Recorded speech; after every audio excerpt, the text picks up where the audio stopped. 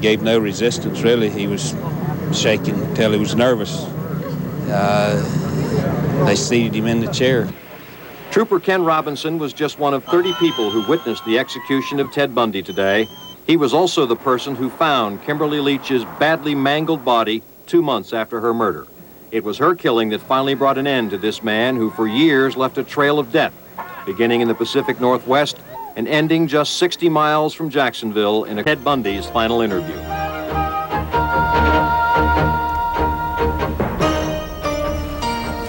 Hello, everyone. I'm Tom Wills, along with Rob Sweeting. 12 hours ago, Theodore Bundy's twisted and tragic life ended at Florida State Prison.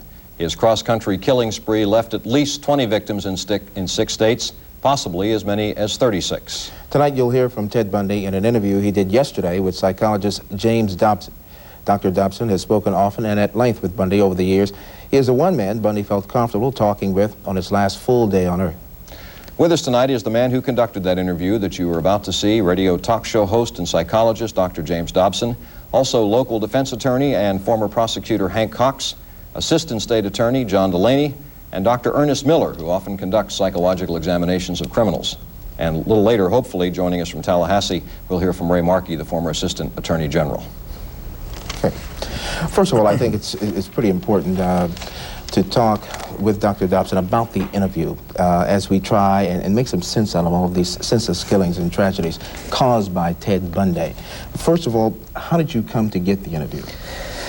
Rob, you said in the introduction there that I had talked to him often and through the years. That isn't really accurate. I had only met him once, and that was at the time of the interview. I had corresponded with him.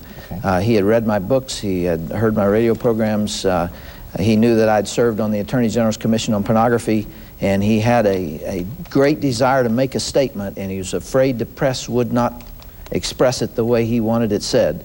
And so he began writing me personally, directly, last August, asking if, when the time came, I would come down and do an interview with him for this purpose. What were the ground rules for this interview, Dr. Dobson?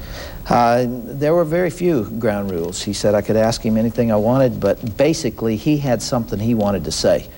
He came with a message. It was not the typical media interview with a man who's scheduled to die. These were the last thoughts of a man who was trying desperately to figure out who he was and why he did the things he did. He wanted to admit his guilt, and he did so. He didn't put the blame on anybody else. He wanted to say some things to the families that he had hurt and express his compassion for them.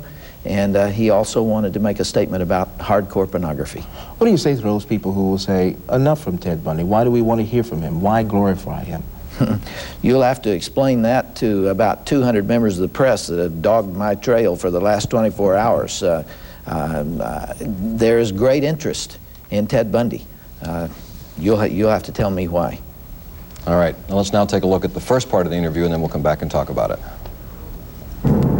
Ted, it is about 2:30 in the afternoon. You are scheduled to be executed tomorrow morning at 7 o'clock if you don't receive another stay. What is going through your mind? What thoughts have you had in these last few days?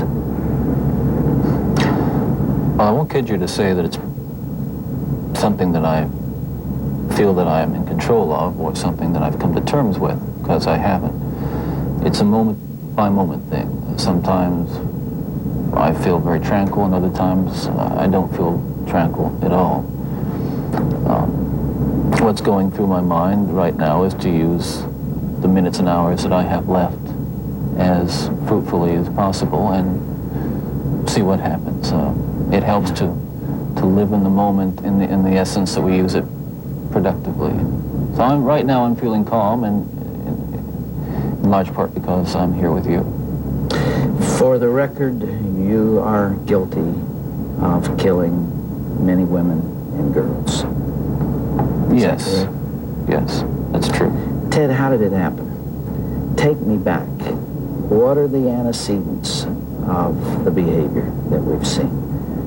so much grief, so much sorrow, so much pain for so many people. Where did it start? How did this moment come about? That's the question of the hour, and one that not only people much more intelligent than I have been working on for years, but one that I've been working on for years and trying to understand. Is there enough time to explain it all? I don't know. I think I understand it, though. Understand what happened to me, to the extent that I can see how certain feelings and ideas developed in me to the point where I began to act out on them. Certain very violent and very destructive feelings. Let's go back then to those roots. First of all, you, as I understand it, were raised in what you consider to have been a healthy home. Absolutely. You were not physically abused, you were not sexually abused, you were not emotionally abused. No, no way. And that's part of the tragedy of this whole situation, is because I grew up in a wonderful home with two dedicated and loving parents, one of 5 brothers and sisters. A home where we as children were the focus of my parents' lives, where we regularly attended church, 2 Christian parents who did not drink, they did not smoke, there was no gambling, there was no physical abuse or fighting in the home. I'm not saying this was Leave It to Beaver. It wasn't a perfect. Well, no, I don't know that such a home exists, but it was a fine, solid Christian home, and nobody, I hope no one will try to take the easy way out and to try to blame or otherwise accuse my family of contributing to this, because I know, and I'm trying to tell you as honestly as I know how, what happened. And I think this is a message I want to get across. But as a young boy, and I mean the boy of 12, 13, certainly, that I encountered outside the home again, in the local grocery store, or the local drugstore, the softcore pornography, what people call softcore. But as I think I explained to you last night, Dr. Dobson, in an anecdote, that as young boys do, we explored the back roads and sideways and byways of our neighborhood, and oftentimes people would dump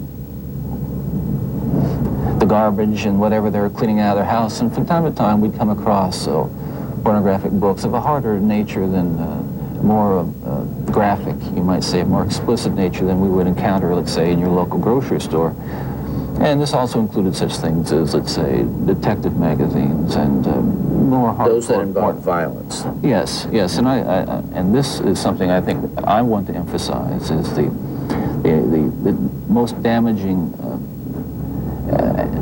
kinds of pornography. Again, I'm talking from personal experience, hard, real personal experience. The most damaging kinds of pornography are those that involve violence and sexual violence. Because the wedding of those two forces, as I know only too well, brings about behavior that is just too terrible to describe.